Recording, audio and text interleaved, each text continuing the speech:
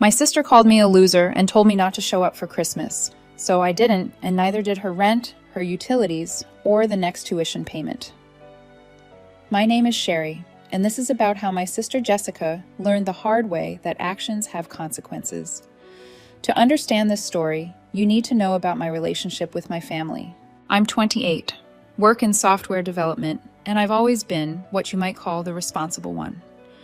My sister Jessica is 24, a graduate student pursuing her master's in psychology, and she's always been the golden child. Mom and Dad adore her, constantly bragging about her academic achievements, while I've been treated more like the family ATM than an actual daughter. Don't get me wrong, I love my family, but over the years, I've noticed a pattern. When Jessica needed her undergraduate loans paid off, so she wouldn't graduate with debt, guess who Mom and Dad asked to help out? When she wanted to study abroad in France for a semester but couldn't afford it, who do you think funded that dream? When she needed a car, an apartment deposit, or help with living expenses, they always came to me with sob stories about how family helps family. The thing is, I never minded helping. I make good money, 6 figures, and I don't have many expenses. I live modestly, save aggressively, and I genuinely wanted to see Jessica succeed. What bothered me was the lack of gratitude and the growing sense of entitlement that came with each request. This all came to a head last December, about 7 months ago now. I had driven the 3 hours to my parents' house for our annual Christmas planning dinner. It's this tradition we've had since Jessica and I were kids. The first Sunday in December, we all get together to plan the holiday menu, exchange gift lists, and coordinate schedules. I walked into the living room where everyone was gathered and immediately felt the tension. Jessica was sitting cross-legged on the floor, surrounded by textbooks and her laptop, clearly stressed about something. Mom was fussing over her, bringing her tea and asking if she needed anything. Dad was reading some research paper Jessica had written, nodding approvingly. "Hey everyone," I said, setting down the bottle of wine I brought. Jessica barely looked up. "Oh, hi Sherry." Mom gave me a quick hug. "How was the drive, honey?" "Fine," I said, settling into my usual spot on the couch. "So, what's the plan for Christmas this year?" That's when Jessica exploded. "You know what, Sherry? I'm so sick of this," she said, slamming her laptop shut. "Every year, it's the same thing. You show up here acting like you're so generous and wonderful, but you just make everything about you." I was stunned. "What are you talking about?" "You know exactly what I'm talking about," she continued, her voice getting louder. "You throw money around like it makes you important, but you're just a code monkey who got lucky. You act like you're better than everyone else because you make decent money, but you have no real accomplishments, no advanced degree, no meaningful relationships, no real purpose in life." The room went dead silent. Mom and Dad looked uncomfortable but didn't say anything to defend me. "Jessica, that's not fair," I started. "No, let me finish," she interrupted. "I'm trying to make something of myself here.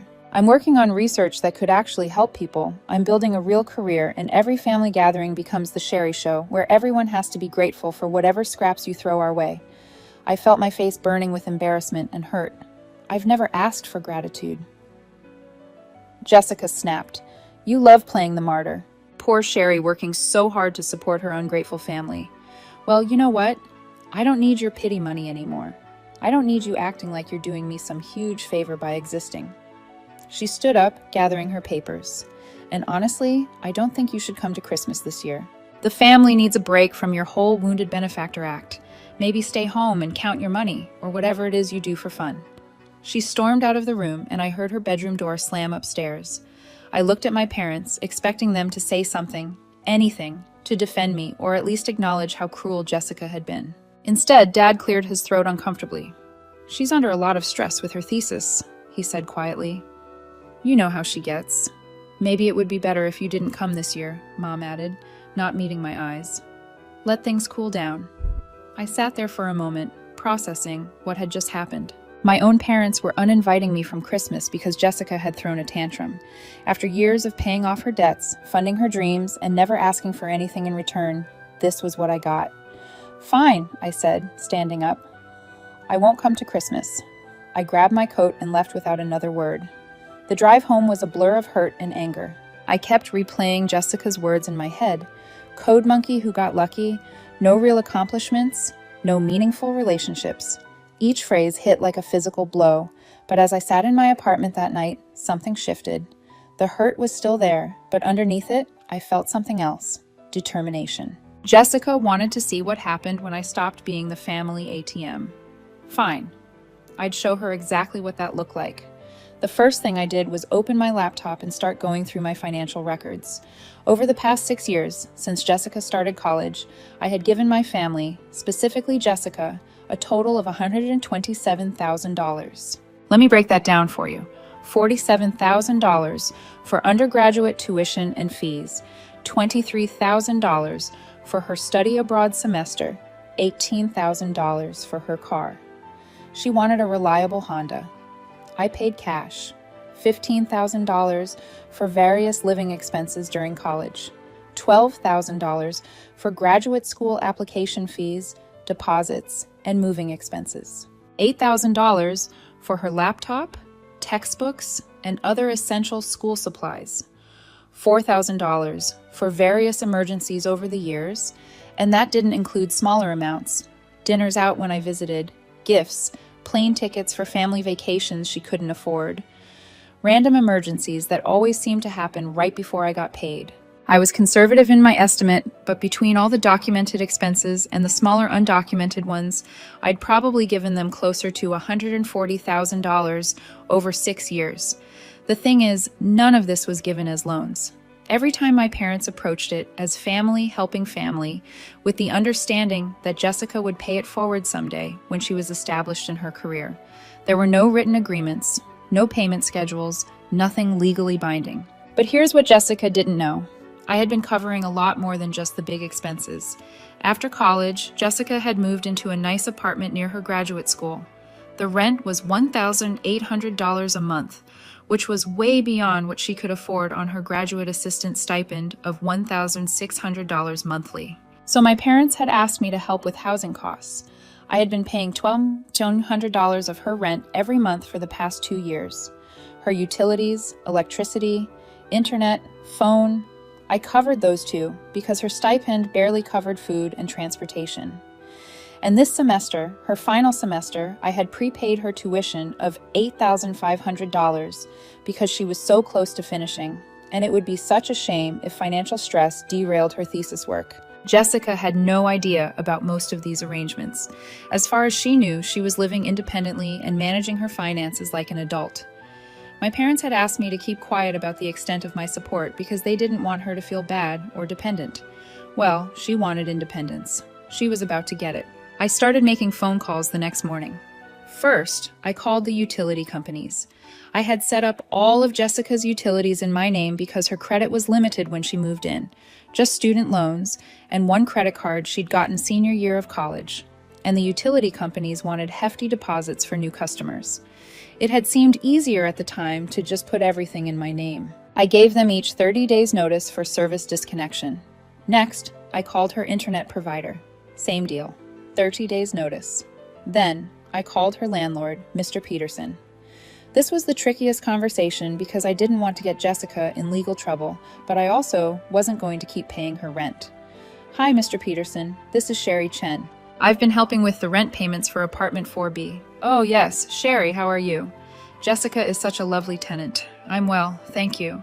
I'm calling to let you know that I won't be able to continue helping with the rent payments after this month. Jessica will need to handle the full amount going forward. There was a pause. Oh, does Jessica know about this change? She will soon.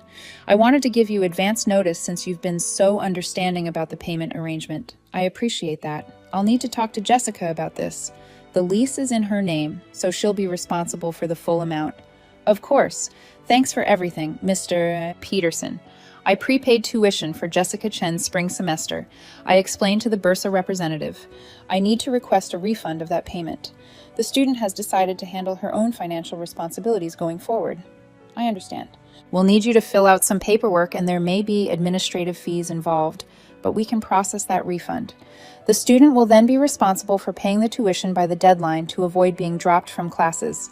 It took about 2 weeks of paperwork, phone calls, and a $100 administrative fee, but eventually they processed the refund. Jessica would get a bill for spring tuition that she thought was already paid. The beautiful thing about all of this was that I wasn't doing anything vindictive or illegal. I was simply stopping my financial support.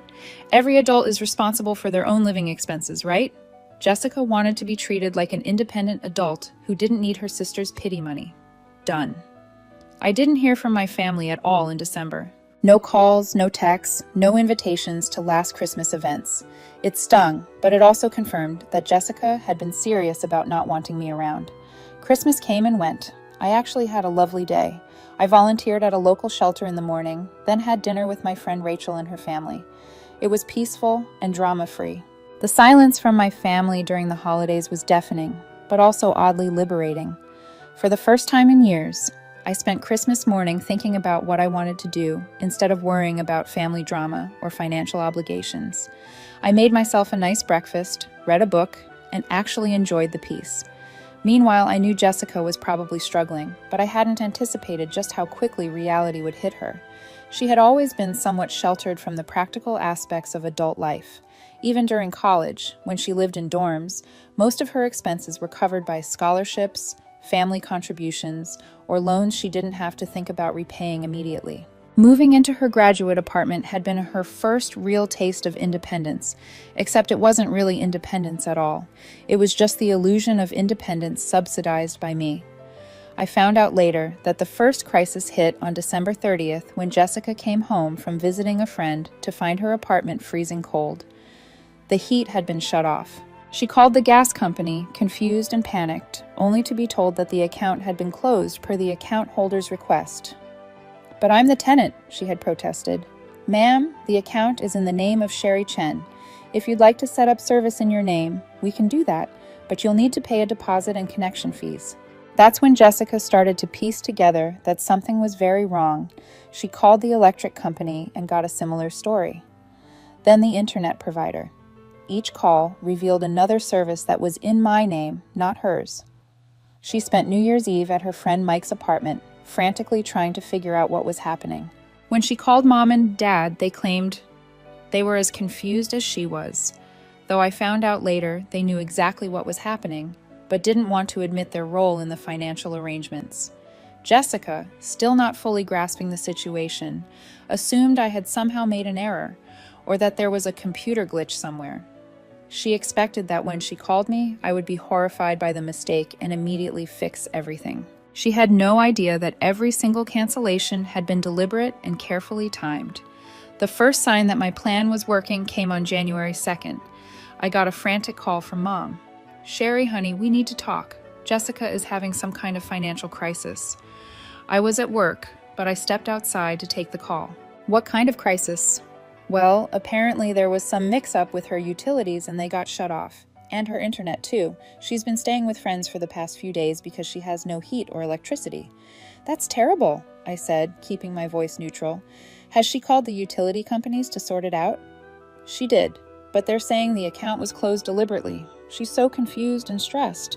You know how she gets with administrative stuff?" I almost laughed. Jessica was pursuing a graduate degree in psychology, writing a thesis on cognitive behavioral therapy, but she got confused by utility bills. "I'm sure she'll figure it out," I said. "She's a smart, capable adult." "Sherry." Mom's voice took on that familiar pleading tone. "I know things were tense at Christmas, but Jessica is really struggling. Could you maybe help her sort this out? You're so good with this kind of thing." "Mom, Jessica made it very clear that she doesn't want my help anymore.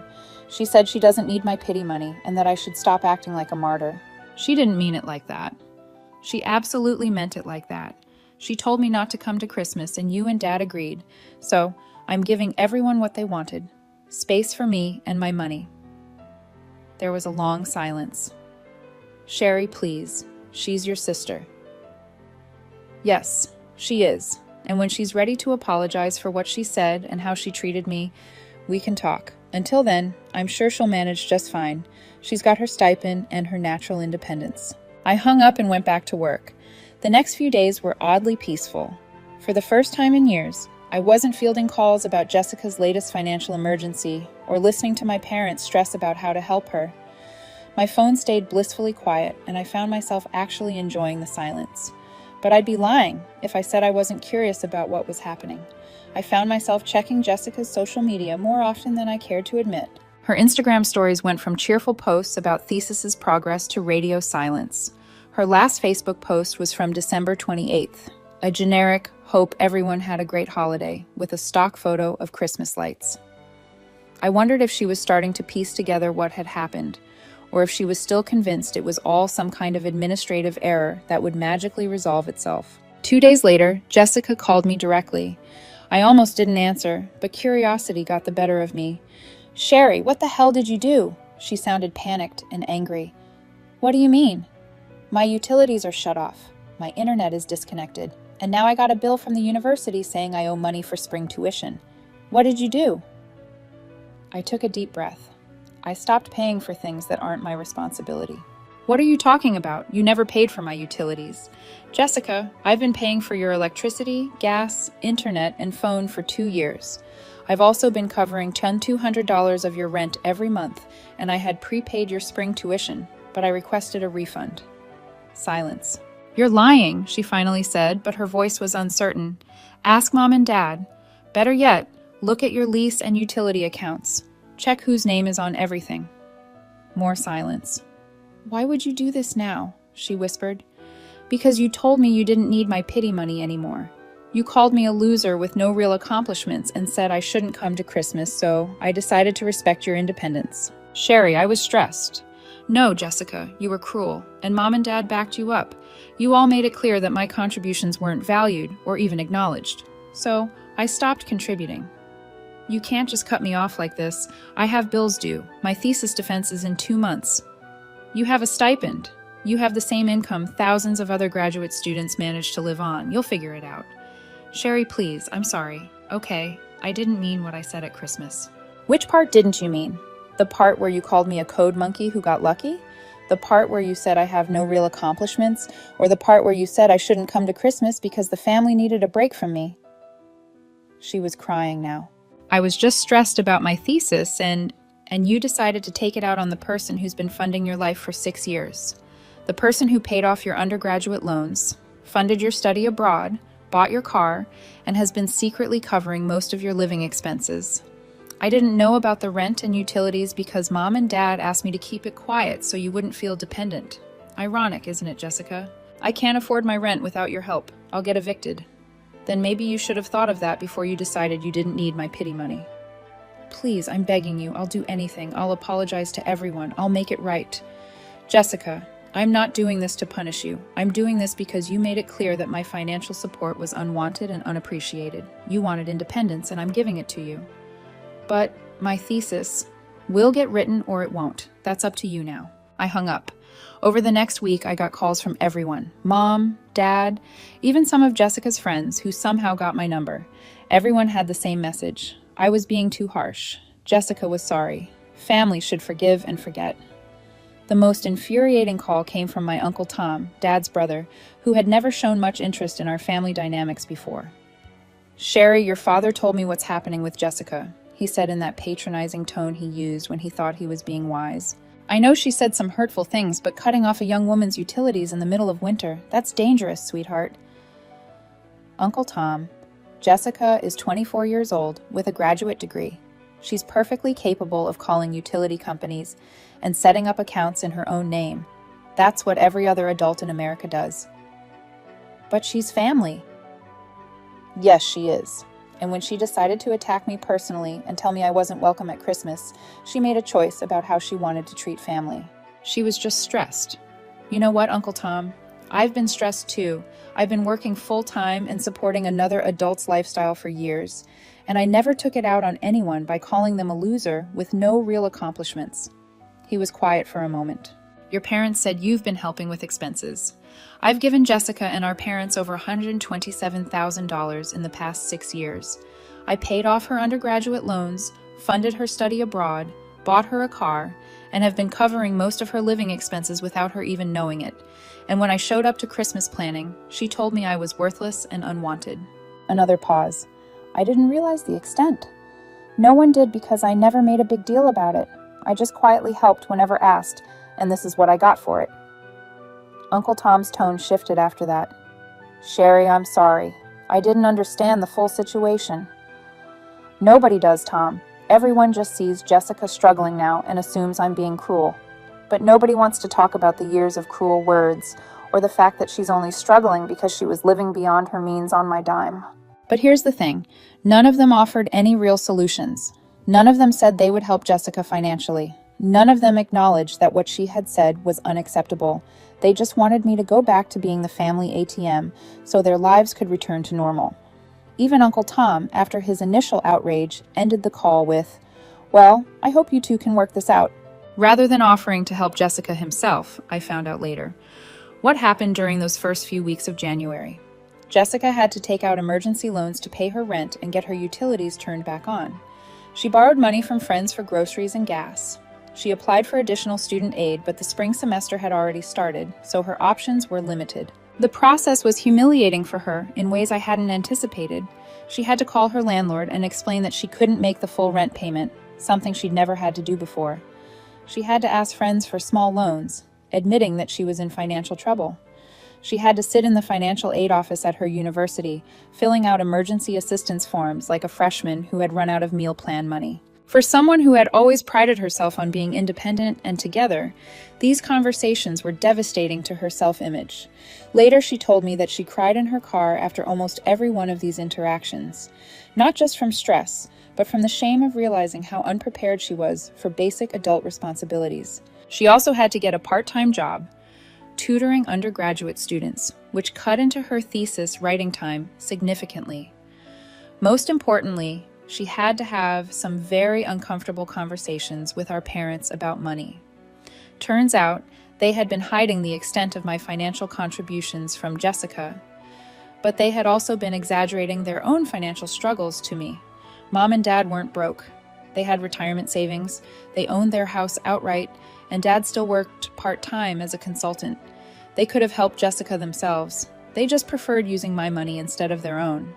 When Jessica realized this, she was furious with all of us. She felt manipulated by our parents and betrayed by me. In her mind, I had been secretly controlling her life, making her dependent without her knowledge. From my perspective, I had been generous to a fault, and my family had taken advantage of that generosity while treating me like an ATM rather than a person. The real turning point came in February. Jessica's thesis advisor, Dr. Martinez, called me out of the blue. "Is this Sherry Chen, Jessica's sister?" "Yes," I said cautiously. "How can I help you?" "I'm calling because Jessica mentioned that she's been having some financial difficulties that are affecting her academic work. She said there was a family situation." "I see," I replied, keeping my tone polite but guarded. "Dr. Martinez, I appreciate your concern, but this is really between Jessica and me." "I understand," she said gently, "but I wanted you to know that Jessica is one of my most promising graduate students. Her thesis research on trauma-informed therapy for adolescents could make a real difference in the field. It would be a shame if financial stress derailed her at this point." That stopped me short. "Her thesis is on trauma-informed therapy?" "Yes," Dr. Martinez replied. "Specifically working with teenagers who have experienced family dysfunction and neglect. Her research could help a lot of kids who don't have support systems." I felt something twist in my stomach. I didn't know that. She's very passionate about it. She's mentioned wanting to work with low-income families after graduation, kids who can't afford traditional therapy. It's really admirable work. After I hung up, I sat in my car for a long time thinking. I had been so focused on Jessica's words and actions that I hadn't really considered what she was actually studying or why. Trauma-informed therapy for kids from dysfunctional families. That hit close to home in ways I wasn't ready to examine. But I still wasn't ready to just forgive and forget. Words have consequences, and Jessica needed to understand that. The next breakthrough came in March. I got a text from Jessica. "Sherry, I know you probably don't want to hear from me, but I need to tell you something. I talked to Mom and Dad about everything. All the money you've given over the years, how they asked you to keep it secret, all of it. I had no idea how much you've sacrificed for me. I'm not asking for anything. I just need you to know that I understand now how badly I screwed up." I didn't respond immediately, but I was curious. A few days later, another text came. "I got a job at the campus writing center. It doesn't pay much, but it's helping. I also applied for a research grant that might cover some expenses. I'm trying to figure this out on my own. Like you said I should." Then Mom told me about all the times they asked you for money when I was in college. I always wondered how they could afford to help me so much. I feel like such an idiot. And finally, I know I have no right to ask, but could we maybe talk? Not about money. I just miss my sister. That last text got to me. Despite everything, I missed her too. We met at a coffee shop halfway between our cities. Jessica looked tired and stressed, but also more mature somehow. Less entitled, more thoughtful. "Thank you for meeting me," she said as we sat down with our drinks. "You said you wanted to talk." "I did. I need to apologize, and I need to explain. But mostly I need to apologize." She took a deep breath. "Sherry, what I said at Christmas was unforgivable. I called you names. I dismissed your career and your life, and I basically told you that you weren't welcome in our family. There's no excuse for that." I nodded but didn't say anything. I was stressed about my thesis and I was feeling overwhelmed, but that doesn't justify taking it out on you, especially not you, considering everything you've done for me over the years. "Jessica, did you really not know about the rent payments, the utilities?" She shook her head. "I swear I didn't. I knew Mom and Dad were helping me, but I thought it was coming from them. When you told me you'd been paying for everything, I called them to ask why they'd hidden it from me." "What did they say?" "They said they didn't want me to feel guilty or dependent, and they thought it would be easier if I just focused on school. But Sherry, they also admitted that they'd been exaggerating their financial situation to you. They're not broke. They could have helped me themselves." That confirmed what I had suspected. "Why didn't they?" "Because it was easier to ask you," she said quietly. "You never said no. You never made them feel guilty about it, and it didn't affect their lifestyle at all." We sat in silence for a moment. "I'm so angry at them," Jessica continued, "but I'm angrier at myself. Even if I didn't know the details, I knew I was getting help from somewhere. I should have asked more questions. I should have been more grateful. I should have treated you better." "Yes, you should have," I said simply. "I know," she whispered. "And I know saying sorry doesn't fix anything. You trusted me and our parents, and we all let you down in different ways. Jessica, it wasn't just about the money, it was about respect. You made me feel like I was worthless, like my only value to the family was as a source of funding." She started crying. "That's not true. That's not how I see you at all." "Then why did you say those things?" "Because I was jealous," she whispered. "I was jealous of your independence, your success, your ability to just handle things without falling apart. I felt like such a failure next to you, and instead of dealing with those feelings, I lashed out." This was not what I had expected to hear. "Jessica, you're getting a master's degree in psychology. You're doing research that could help people. How does that make you a failure?" "Because I'm 24 years old and I can't even pay my own rent. Because I've been living in this bubble where everything was taken care of for me and I didn't even realize it. Because you've been supporting me for years, and instead of being grateful, I resented you for being more successful." I felt my anger starting to soften, but I wasn't ready to let go of it completely. "So, what happens now?" I asked. "I don't know," she admitted. "I hope someday you can forgive me, but I understand if you can't. I hope we can rebuild our relationship, but I know that's up to you. What I can tell you is that I'm not going to ask you for money anymore, and I'm not going to let Mom and Dad do it either." "What do you mean?" "I told them that if they want to help me financially, it needs to come from them, not from you. And any help needs to be transparent. No more secret arrangements or hidden subsidies." "How are you managing?" "It's hard," she admitted with a small laugh. "I'm working 20 hours a week. I had to move to a cheaper apartment, and I'm living on ramen and peanut butter sandwiches most days. But I'm managing, and honestly, it feels good to know that I'm actually supporting myself." "What about your thesis?" "It's taking longer than I hoped because of the work schedule, but Dr. Martinez is being flexible. I might graduate a semester later than planned, but I'll graduate." We talked for another hour. Jessica told me more about her research, her career plans, and her growing understanding of how privileged and sheltered her life had been. I told her about my work, my friends, and how hurt I had been by the whole Christmas situation. It wasn't a complete reconciliation, but it was a start. Over the next few months, we rebuilt our relationship slowly. Jessica would text me updates about her thesis progress or funny stories from her tutoring job. I would share details about projects at work or books I was reading. We didn't talk about money or family drama. We just talked like sisters. The real test came in May when Jessica defended her thesis. She had invited me to the defense, but I wasn't sure if I should go. We were getting along better, but I didn't want to send mixed signals about our relationship. In the end, I decided to go. Not because I had forgiven everything, but because I was genuinely proud of what she had accomplished. The thesis defense was impressive. Jessica presented her research on trauma-informed therapy with confidence and expertise. Her work focused on helping teenagers from chaotic family situations develop coping mechanisms and build healthy relationships. The irony wasn't lost on me. After the defense, we went out for dinner, just the two of us. Jessica had passed with flying colors and would graduate in 2 weeks. "I'm proud of you," I told her over dessert. "Thank you. That means everything to me." "What's next?" "I got accepted to a PhD program at State University," she said. "Full funding, tuition waiver, plus a research assistantship that pays enough to live on." "Jessica, that's amazing!" "I also got offered a job at a community mental health center working with at-risk teens. It doesn't pay as much as the PhD program, but it's exactly what I want to do." "Which one are you choosing?"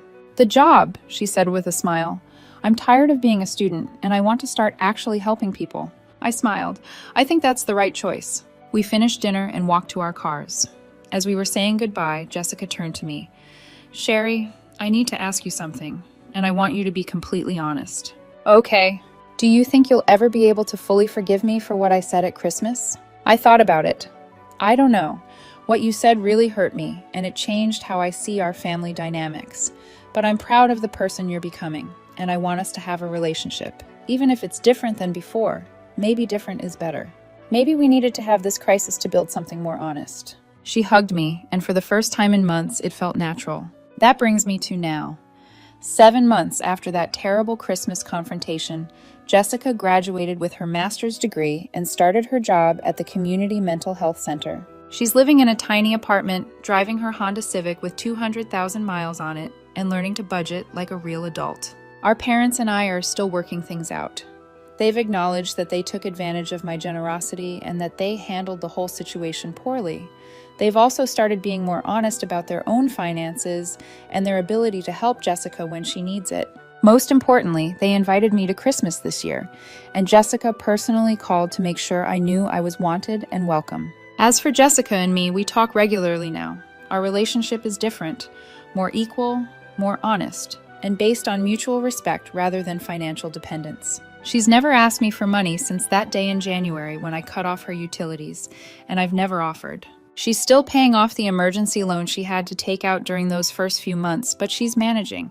She's even started a small emergency fund, which she's ridiculously proud of. The other day, she sent me a photo of her first paycheck from the mental health center with a caption, "Look, I'm a real adult now."